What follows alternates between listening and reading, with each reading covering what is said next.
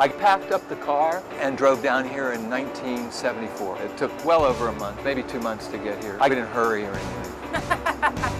Meet Lewis Wilson, an adventure seeker who left Florida for Costa Rica in search of good waves and a simple life. It was what a lot of people dream it would be like to go to a paradise setting and just apply yourself to being alive. Now he runs one of the oldest eco-tourist destinations in Central America and has put his life on the line to protect the natural resources in this Costa Rican paradise. We wanted to show the world what an important natural environment we had to protect. Here comes one through the trees. Oh, the monkeys! When you are impeding millions of dollars of investment, you're putting yourself in the line of fire in Central America. I could very easily not have to do anything that involves conservation ever again in my life. It's just not something you can stop doing. This is all part of the Tamarina Wildlife Refuge. The rest of it is all natural beach. Aw, you just gave me goosebumps. It's so beautiful, it really is. Yeah, yeah, yeah.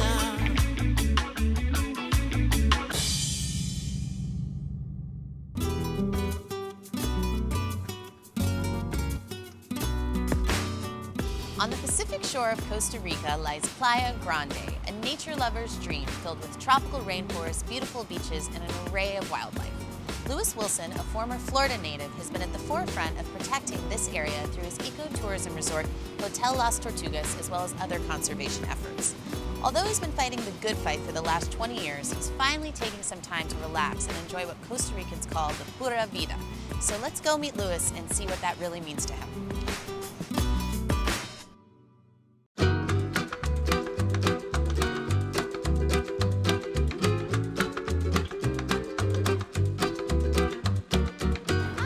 Hi, Savannah. I'm Savannah. Nice to see you. Yeah, I'm so glad you could join us. So this is Hotel Las Tortugas. This is Guanacaste's oldest ecotouristic destination.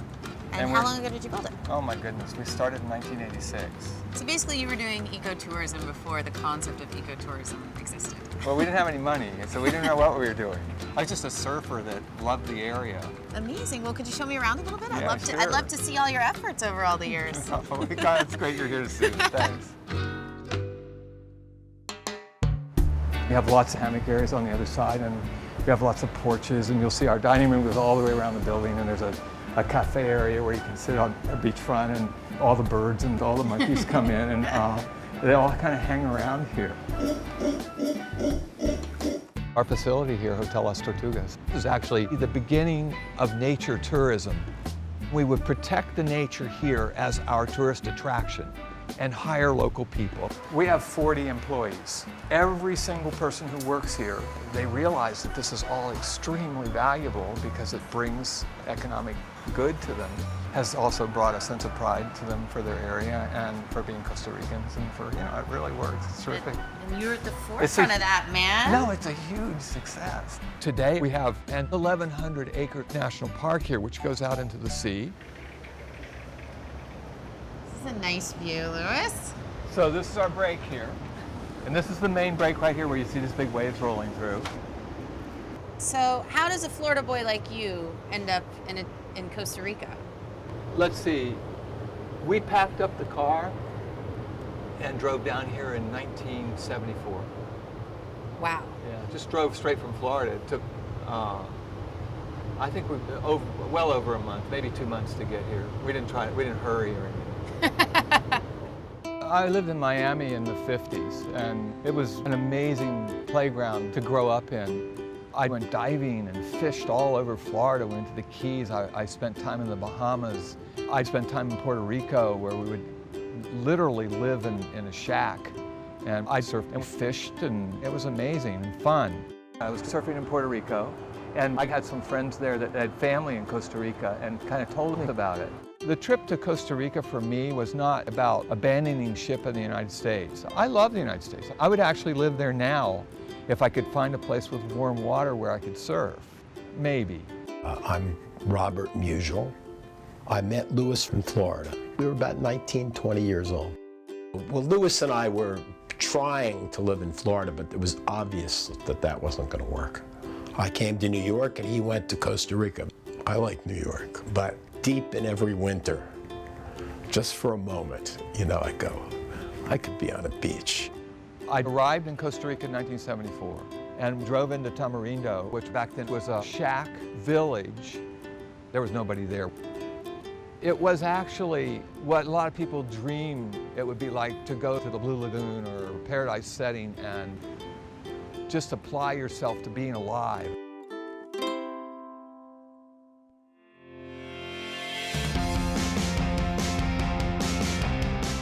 In the mid-90s, I met a woman here named Carrie Bruggeman, and she's now my wife.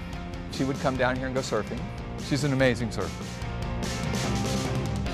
For me, it was the culmination of this fantasy that I've had since I was a grade schooler. She just fit exactly my idea of the person I have always looked for. This is my wife, Carrie. Hi, Carrie. Nice to meet you. No, I like it that way. What's that they say? The couple that surfs together stays together? What Carrie and I love about this is the beauty of it. I would say every day we have an experience that we just feel the beauty of where we live. When I first started surfing with Louis, he didn't let me talk to him. You know, you get kind of bored sometimes sitting In the out water, there. You in want the to chat, water. yeah, because he wants to hear the sound of the pelicans going by, just their wings on the water, right above the water. It's his meditation. He sits out there, and it's all about space, quiet. An occasional really good wave. There you go.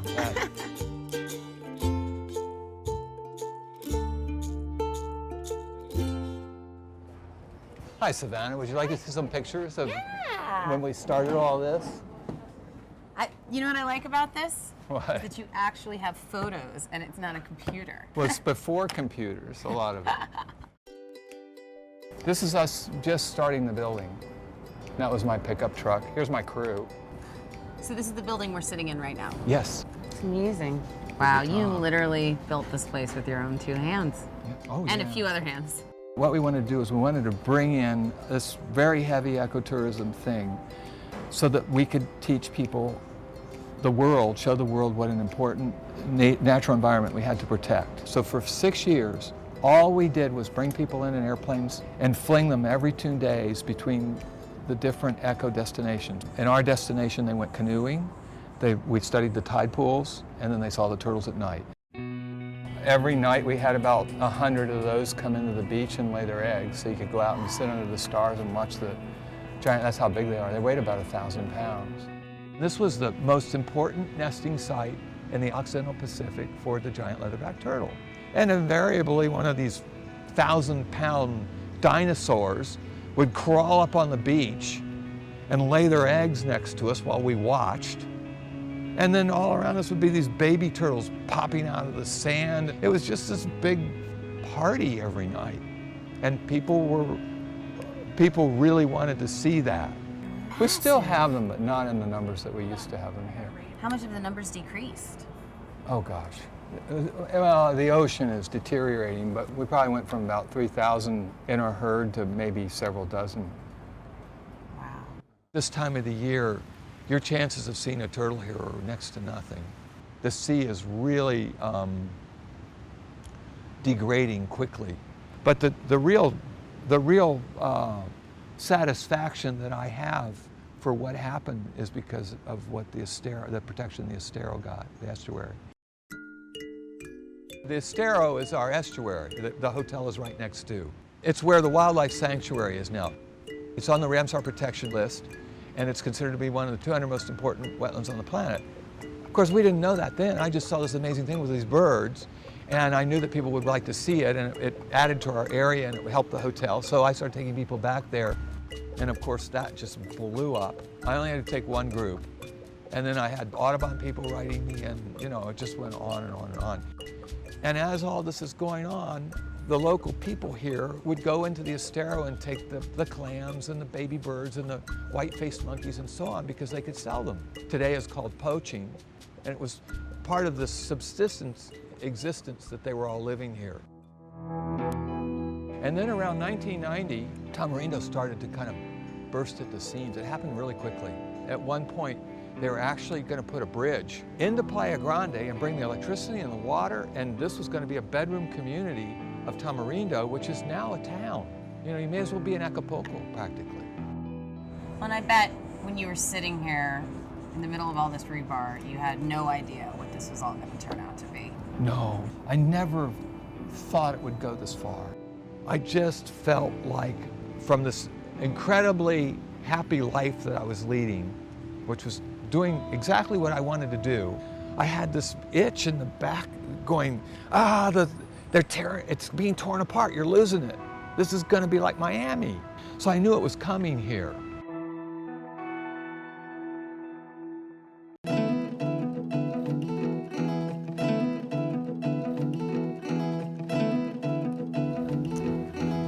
Where are you taking me now, Louis? All right, this is the Tamarino Wildlife Sanctuary. It was kind of the beginning for me as far as falling in love with the area and knowing that we had to do something to protect it in the future as the development came in. It's a saltwater jungle. It's part of the ocean. It's an ocean forest. And there's probably 250 species of birds. There's a bunch of wild animals, and it's surrounded by the most endangered type of forest on the planet, which is tropical dry forest. And we're gonna go in, we're gonna look for some of the birds and hopefully see some monkeys. All right, I'm ready.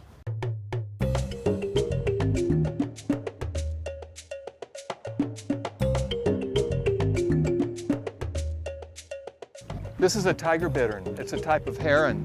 We don't see these that often. You can see them on this limb up here hanging out over the estuary. Feathers are really gorgeous. And when you first started bringing trips back here, it wasn't developed, there weren't any roads or anything, right? It was kind of a secret? There was nobody. But there were local people who would come back here and fish this with dynamite. They just mauled all the fish life in the estuary. And then we had a bunch of people who would come back here and cut the trees down to get the baby parrots out of the nests. So this got really damaged for a bunch of years. And so how do you solve that problem? Does it come down to educating the locals about the monetary value of ecotourism? You somehow get the people involved in helping you protect it by making it a valuable resource to them. Ecotourism has no political backing. Developers, they think that we're their enemy, and the conservationists see us as a commercial enterprise. We are sacrilege. So you're on your own. Here comes one through the trees in our direction. Oh, the monkeys! Their diet is basically leaves. So they need areas that just have lots of variety of trees and a lot of area to move around and eat the leaves year round. So these dry forests provide that for them.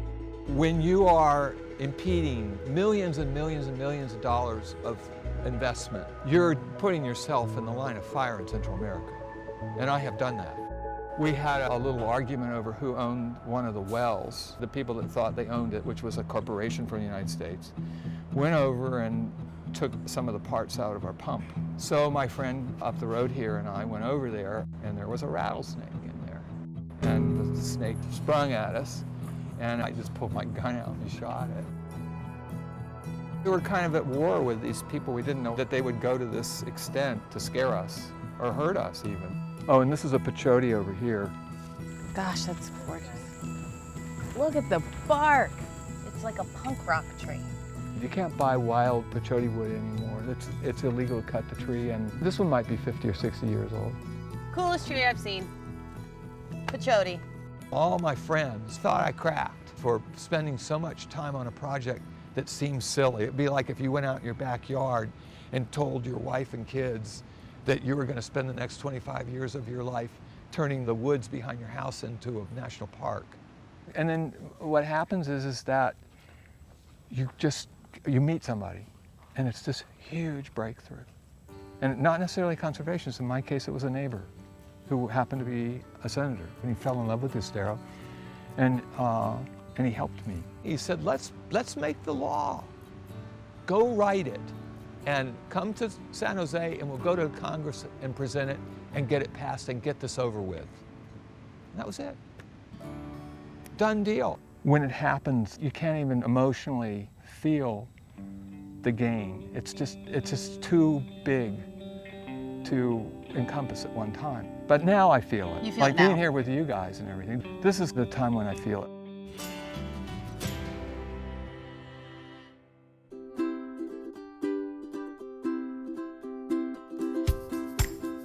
So if you look around here, every tree that you see We either planted or nourished from the time it was a little tiny baby. What we're going to do today, if you like, I thought we'd go into the wildlife refuge and plant an African almond. Great, I'd love to help. I can leave my legacy, and then hopefully when I come back in 25 years, this tree will be here. You've already left your legacy. Oh, I see where this is going. Is the dog gonna help? He may fall in there. So I can't help but look at this tree, and we hope it grows, and look around at everything you've done here and think about, you know, the future of your efforts and your hotel. What do you see in the future? I would love to have someone with a really sharp mind and a lot of energy come here and help us build a real park. And we have amazing natural resources to make that park world famous. This could be an amazing park, but so far I haven't been able to kind of get anybody in the groove. It's all been this political posturing, right, and nobody's really kind of figured out what the future of this could be. And I can see, I live it, so for me it's very easy to see. It's what I wanted to do from the very beginning, but well, you've made the right beginning steps. If it stops here, I'm okay with it. It's better than nothing. Well, let's dream further. Yeah. I want to see this all protected. Here, I want to show see you a park. I want to show you one more thing. Okay. Come on with me.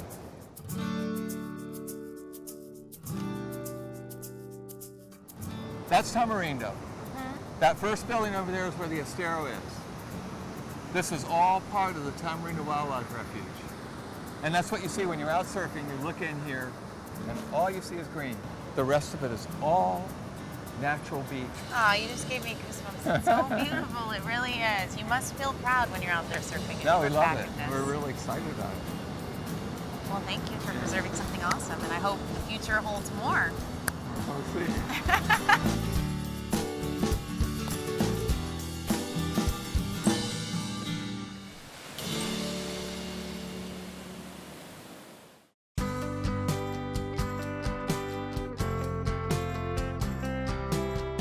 So we'll go up to my house now. Great. And Carrie's already up there fixing food, so we've got to jump on it here. We won't have to do that much. Just eat? Yeah, I hope so. Here we are. The dogs are going to let go out. Hi, Carrie.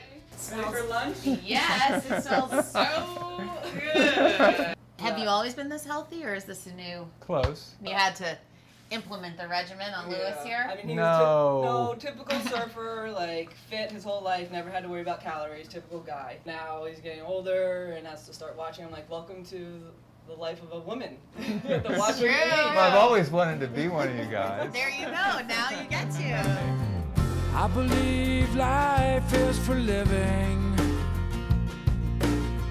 Go on and get yours done.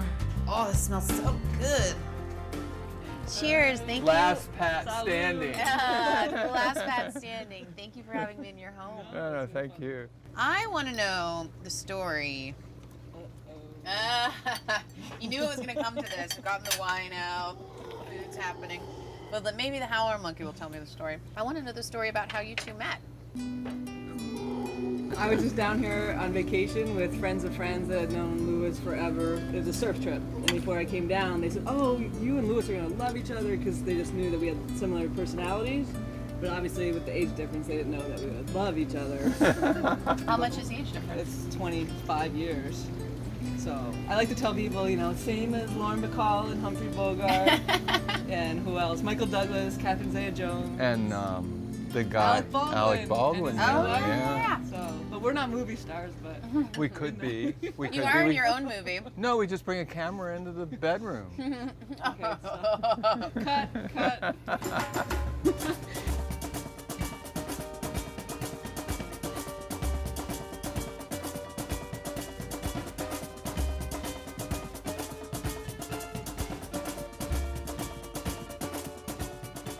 All right, we're going to go up this little hill here. This overlooks Playa Grande. It has a great view. This will give me a chance to do my daily aerobics. If you guys are going to walk so slow, I'm going to take off running here in a minute. In August of 2011, I had a heart episode.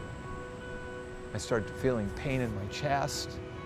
It was an inflammation. It can happen to anybody at any time. I actually lost all vital function in one of the clinics on the way to San Jose. And the doctor said I died 3 times. At that point, I thought, it's a lot harder to live than it is to die.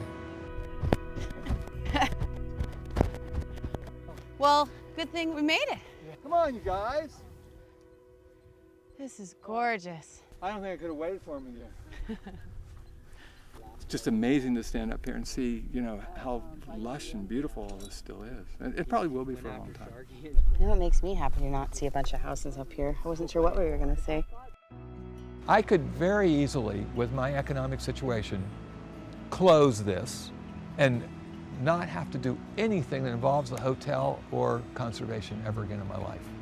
And I just feel that I have a responsibility to kind of show the world what an important natural environment we had to protect. I look into the future. I hope to continue being active, doing what I'm doing. It's just not something you can stop doing.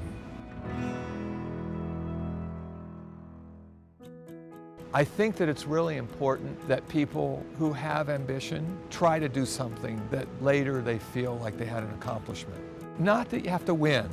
I could have lost this and still felt that I tried my best. Louis follows his instincts like that. He's a good fellow. Follow your passions, you know, whatever it may be.